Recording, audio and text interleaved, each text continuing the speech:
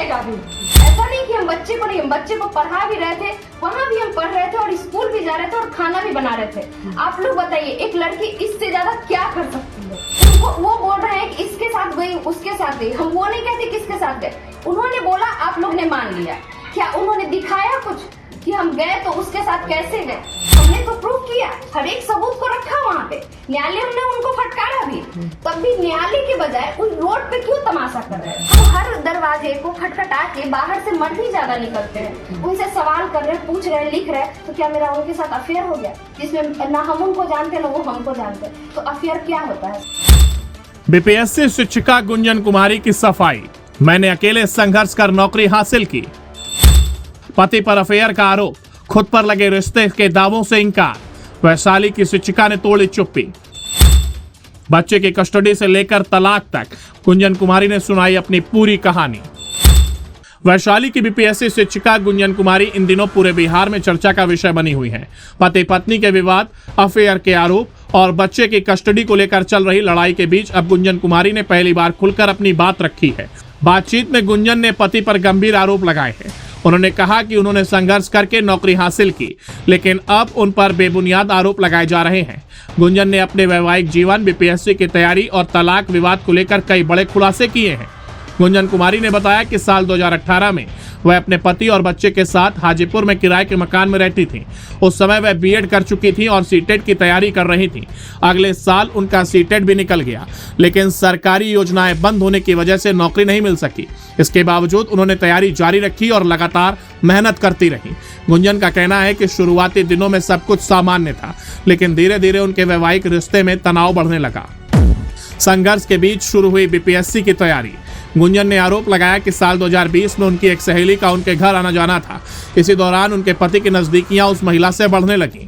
उनका कहना है कि पति का व्यवहार धीरे धीरे बदल गया और वे परिवार से दूर होते चले गए। गुंजन के मुताबिक पति ने काम छोड़ दिया और घर की जिम्मेदारियों से भी दूरी बना ली।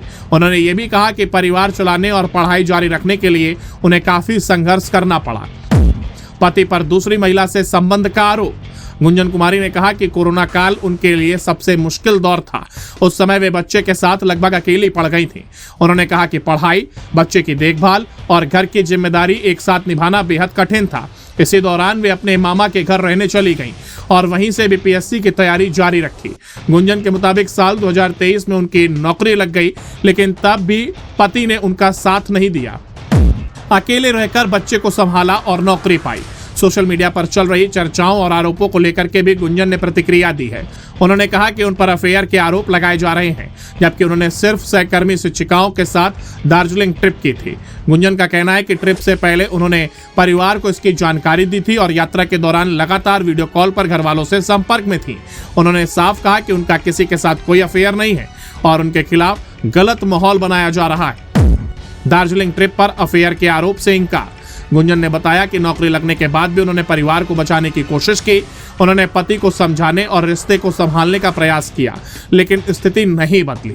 इसके बाद साल 2025 में उन्होंने वैशाली परिवार न्यायालय में तलाक की अर्जी दाखिल की। कोर्ट में उन्होंने पति के कथित अफेयर और 7 साल के घटनाक्रम का जिक्र किया है। वहीं पति की ओर से भी उन पर कई आरोप लगाए गए हैं, जिनकी सुनवाई फिलहाल कोर्ट में जारी है। परिवार न्यायालय में तलाक का मामला जारी। बच्चे की कस्टडी को लेकर गुंजन काफी भावुक नजर आई। उन्होंने कहा कि साल 2022 से वे पति से अलग रह रही हैं, लेकिन कभी अपने बच्चे से अलग नहीं हुई। गुंजन ने दावा किया है कि खराब दौर में उन्होंने ही बच्चे की परवरिश की और अब वे कोर्ट से बच्चे की कस्टडी की मांग कर रही हैं।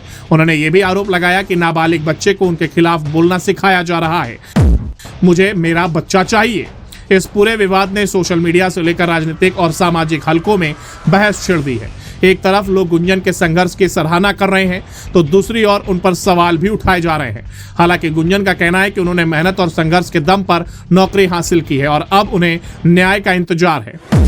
बीपीएससी शिक्षिका विवाद पर बिहार में बहस तेज। वैशाली की बीपीएससी शिक्षिका गुंजन कुमारी का मामला अब सिर्फ पति पत्नी के विवाद तक सीमित नहीं रह गया है।